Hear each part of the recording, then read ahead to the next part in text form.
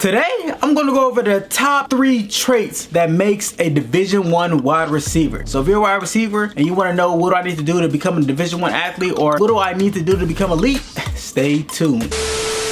What is good, everybody? It's your guy KJ back here with another video, and today we're going to talk about the top 3 traits that you need if you're a receiver to become D1. These are the 3 traits that separates the guys that are elite, like a guy like a Jeremiah Smith, a Ryan Williams, a Travis Hunter, a Territory McMillan. These are all the traits that these guys had from coming up from high school. Even they showcase while they're in college to separate themselves from the rest of the pack. All right, so here are 3 traits that are going to make any receiver elite if you have these traits. So you want to get your pen pad out. You want to make a plan for how you're gonna get better at this, okay? But before we get to the video, make sure you guys subscribe to the channel and join the desireLess crew. We're dropping videos weekly to help you guys elevate, dominate the game, and just be the best you can be. Because that's what it's all about. That's what desireLess is. Desire less. You desire less of what society tells you to. Because if that's to be on your phone, be on social media, you want money, clout, women. No, you desire less. You only care about just elevating and being the best. And that's what the brand is all about. Also, subscribe to the channel. Subscribe to the email list if you want tips on top of the videos just to keep you motivated, keep you on track, and to grow your game. Subscribe to that and cop the Genesis tee or cop the merch if you're interested. You know what I'm saying? Quarter zip, nice fit. If you want to cop the merch and show love, go ahead. But hey, that's not what you came here for. Now I know you might be thinking like, man, why would I listen to you? Why did I listen to this light-skinned dude who's looking real good? And all right, let me stop. Why should you asking why you should listen to me? Is because my name is KJ Howard, part owner of desireLess. I played D1 ball, I played D2 ball. I've been everywhere. I played JUCO ball, ups and downs. Man, I was a guy in high school who didn't even start, and I still played D1, and it's crazy. You know, I went JUCO, went up, this and everything. So I know a little something about elevating and becoming better. Fast guy, I'm a twitchy guy. I work hard. I dedicated my life to becoming better at football, grinding hard in the off season. So I'm here, like I said, to share game with you guys. And even when I was at Ohio, I played wide receiver. So I saw what made the elite wide receivers that I played with. I played with guys who made the NFL. I played with guys who, when I was at Ohio University, who went up, who went to Power 4, who went to big schools to, you know, play and make an impact. Play with a pretty good deal of receivers. This is what I saw that really helped separate them. Going into trait number 1 that makes in a Division 1 receiver is route running. Like, I mean, it's the name of the position. You know, you're a wide receiver. Your job is to get open. And one of the traits that really separates guys is route running. Those are something that coaches want to see when you're on the field. They want to see, can you get open versus a guy in press? Can you get open versus a guy in man?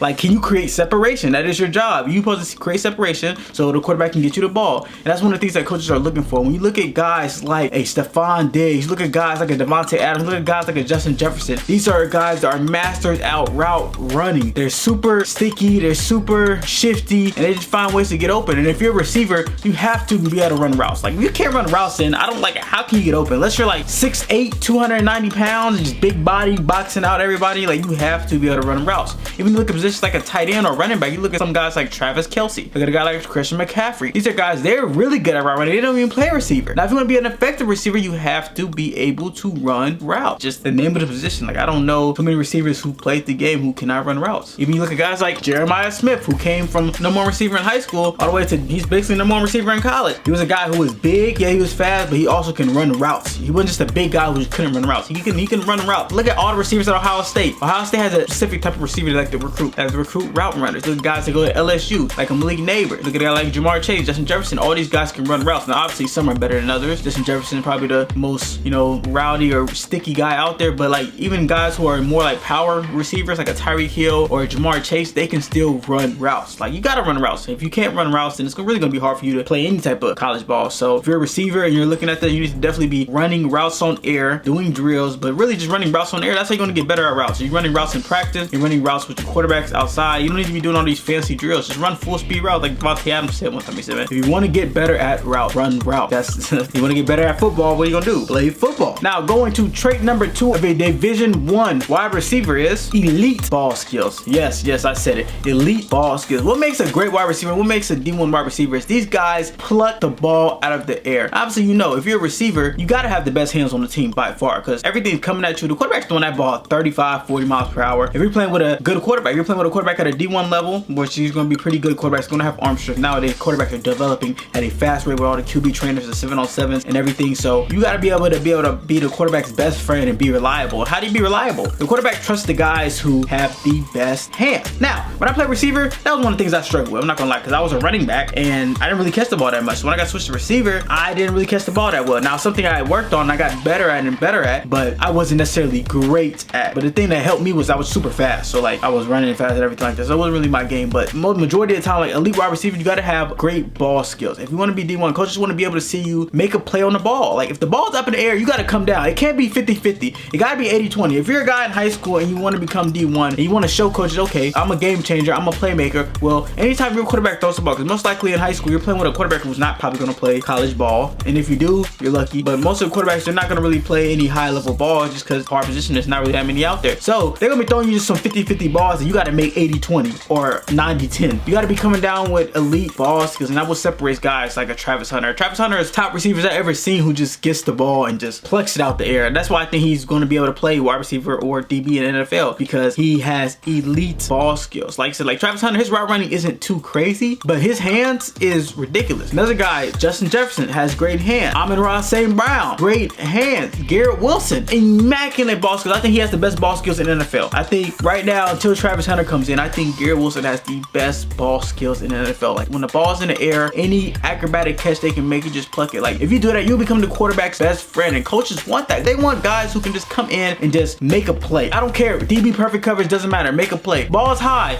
Every ball's not gonna be perfect. Make a play. When you look at these elite wide receivers and you want to be a D1 wide receiver, having elite ball skills is key. That's what coaches are gonna look for. They don't want guys dropping passes. That's the worst thing coaches hate. When you're in practice or you're in individual drills or you're in a game, is a wide receiver who drops passes. They do not want that. Like that's your position. You gotta run routes. We gotta cover the first part. Now after you run the routes, you gotta catch the ball, and coaches want to see you catch the ball. What I do to be able to increase your hands and your hand-eye coordination, because remember, 95% of passes that are dropped just because the guy takes the eyes off the ball. You know, they catch the ball and they look up the field. That was my problem coming up. It's like I was a fast guy. I want to hurry, catch the ball, get out, catch the ball, get out. But like I didn't really sit down. Okay, watch the ball hit my hands, boom, to the field. Okay, so the number one thing I did to fix it and kind of help improve my hands is I caught tennis balls all day, and that's something you could do, because I know a lot of guys, they don't have a jug machine. They don't have somebody to throw to them all the time. Like you don't have the access. So in order to work on your hands, is you do a tennis ball workout. So I'll do like 25 one-handed, 25 sideways, the other way over the shoulder. I'll catch punts like that. Like I will constantly do that over and over again, where I'm getting probably 500 catches in a day for this tennis ball. When you're catching it, boom, you're staring it in, and you're over exaggerating your drills while you're just in practice. Because when it comes to the game and somebody throws you the ball, it's automatic, boom, you're gonna look at it and tuck it in without even thinking about it. Just because you're training, you're doing the tennis ball workouts. One, the ball is smaller, so it's harder to concentrate, and two, you just over exaggerate it. So that's a key way to get elite hands, to get great hands. So that's something that you need if you want to be a D1 receiver. Is you got to have elite route running, and you got to have elite hands on top of that. Trait number 3 that coaches are looking for in a D1 receiver is, who are you without the ball? Yes, we understand that the wide receiver is a glamorous position. You know, it's the coolest position out there. It's the guy dancing, they out there Odell dancing, they do the one-handed catches, they get the ball in open space, they run fast, but at the end of the day, you're not getting the ball every time. And in reality, there's only one number 1 on the team. There's only one guy on the team who's going to get that 10 plus targets.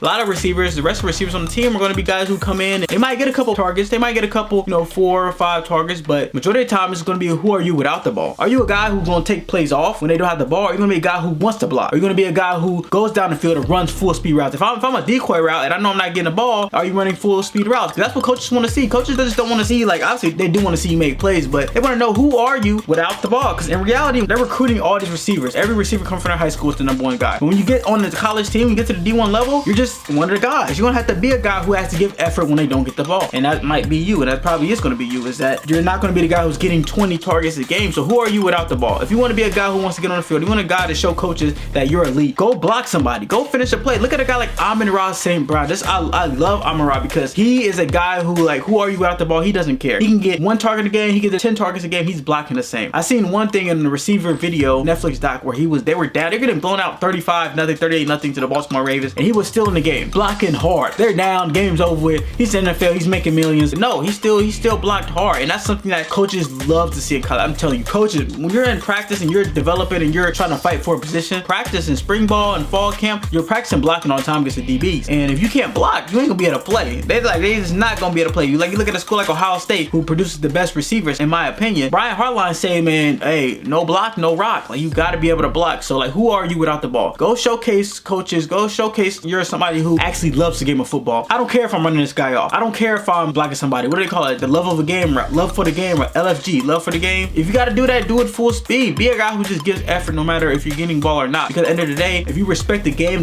will respect you back. If you show that type of effort, if you show that type of passion, the game will always love you back. So keep that in mind. Who are you without the ball is nothing talent-wise. Like the first 2 traits that I listed, that was talent, that was skills that you can work on. Effort, that's just something you can control. It's just about how bad do you want it. Do you want to go D1? Do you want those offers? Do you want to be elite? If you do, then you got to be a guy who does more without the ball, okay? So here are 3 traits that makes you a Division 1 receiver. So if you're a receiver, hopefully you took notes and you're like, okay, these are 3 things that I'm going to focus on this offseason. Now, obviously, there's a bunch of other traits that matter too, but if I feel like these are 3 traits that can really separate you and make you elite. So I hope you guys enjoyed the video. And then if you're not even just a receiver, but a player in general who wants to level up and really feel like they're getting slept on in a recruiting game, they don't really feel like they're getting attention or getting a look state one, I created a free ebook called How to Get Offers Overnight, where I broke down the secrets on how to put yourself in the best light of coaches and start getting offers tomorrow. Like some of you guys I actually slept on, but if you apply these principles that I listed in this ebook, I guarantee you will get offers tomorrow. So get the ebook. It's limited edition. I'm be honest, it's not going to be free forever, so you got to get it now before I take it away. And also there's text templates on how to DM coaches, how to make highlight reel. It breaks down a lot of different things that's valuable insight. So if you're a guy and you want to get offers and you want to start going on the visits and start communicating with coaches, build a relationship with coaches, and actually have multiple coaches in your DMs for the point where they're reaching out to you, you're not reaching out to them, go grab that free ebook. Link to that in the description down below. But hope you guys enjoyed this video.